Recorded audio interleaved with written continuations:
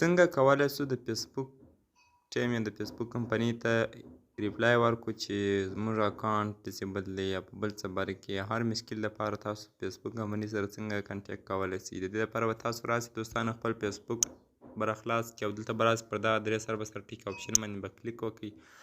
د هغه نه پس به دلته تاسو راسئ سپورټ انبوکس، دلته به لومړی ځل تاسو راسئ دوستانو پر هیلپ اینډ سپورټ باندې به کلیک وکړئ. دلته د هغه نه پس به تاسو راسئ سپورټ انبوکس باندې به کلیک وکړئ.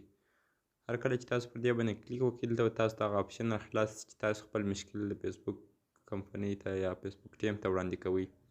نو تاسو به په صحیح طریقه سره خپل مشکل په انګلیسي ژبه کې ورته لیکلی وي، بیا هغه ورته وړاندې کوي چې هر مشکل وي. داسې ځینې مشکلات راځي چې اکاونټونه د چا د ډسیبل شوي وي، د چا د سټریک اکاونټ ورته میلاو شوي وي، یعنې سټریک ورته راغلی وي.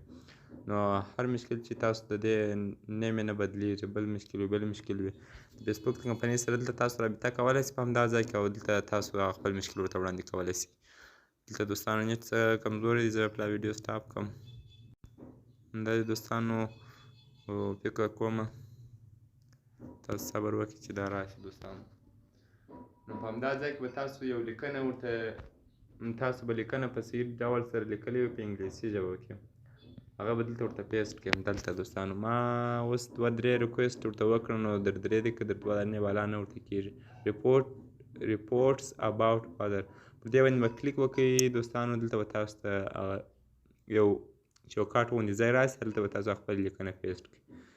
دلته تاسو مثال اوس ماته وایي چې تاسو نور نشئ کولی، دلته ماته هغه 3 اپډیټس هغه ځوابونه یې راته کړي دي. نو دوستانو دا ډېره ښکلې طریقه ده، تاسو به یو لیکنه په صحیح ډول سره دلته وکړئ. دلته به تاسو ته د لیکنې یو مثال وړاندې کړمه.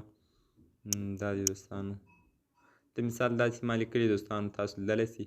هیلو د فیسبوک ټیم give me account restricted to my account so please solve me my problem. هغه کوم مشکلات دي هغه به تاسو ټول مکمل داسې ورته ولیکئ او هغه به ورته واستوئ. تاسو تقریبا په 1 ساعت 1.5 ساعت لا په یوه ورځ کې حتما جواب درکوي چې تاسو دا مشکل دی. نو دوستانو که مو چیرې ویډیو خوښه شوې وي چینل سره سبسکرایب کړئ او څنګه د بیل آیکن باندې کلیک وکړئ چې بیا تاسو ته هر ویډیو په وخت ورسیږي.